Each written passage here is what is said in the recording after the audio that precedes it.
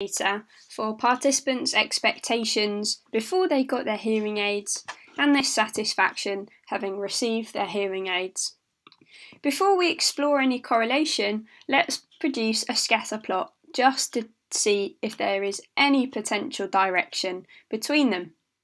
Select Graphs, Legacy Dialogues, and then just above histogram we have this option called Scatter/Dot. Select that, and then you'll be asked to define what type of scatter or dot graph you want. In this case, we want a simple scatter graph. Select Define, and then what you want to think about is which variable you want on the axes. In this case, we have Y and an X-axis to fill. Now for this example, we want the X-axis to be pre and post to be the Y-axis.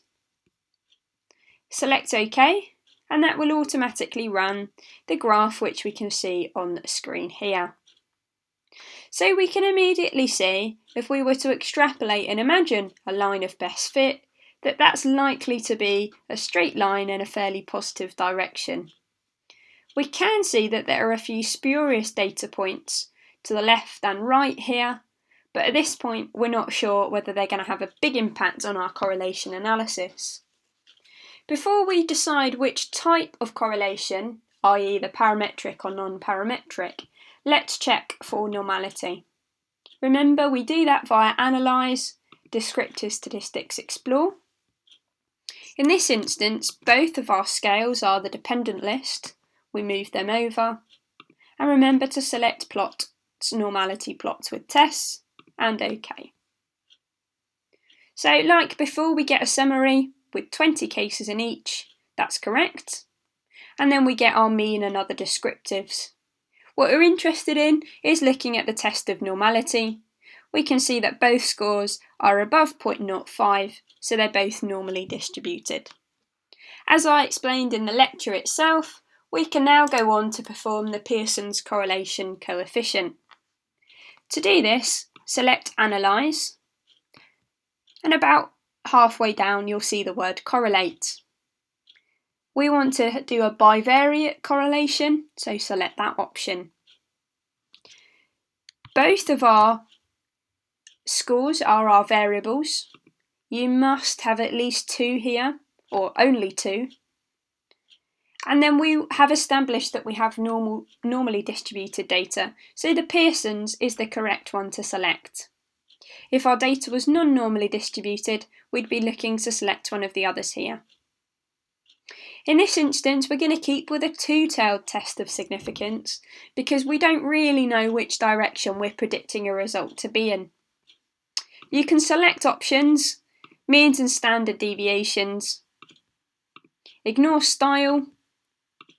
Within Bootstrap, perform bootstrapping and leave that number of samples as is the default here, and select OK, and that will run.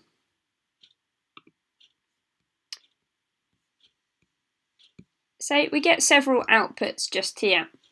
We have our Bootstrap summary, which we're going to ignore, our descriptive statistics, which give us basic information about each of the data sets, and then we have our correlation score here.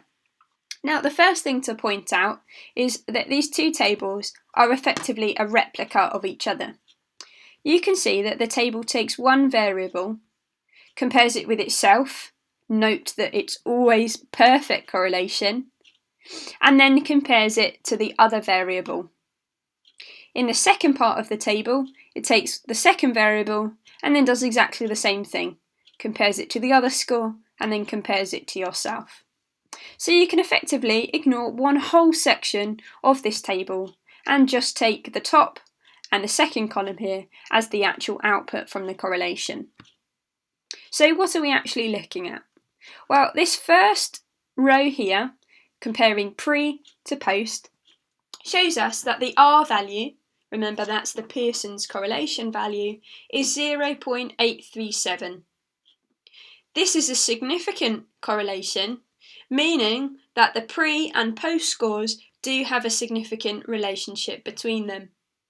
The N here is just a reminder of the total sample size, and the bootstrapping gives us a summary, which I'll go through in the lecture itself.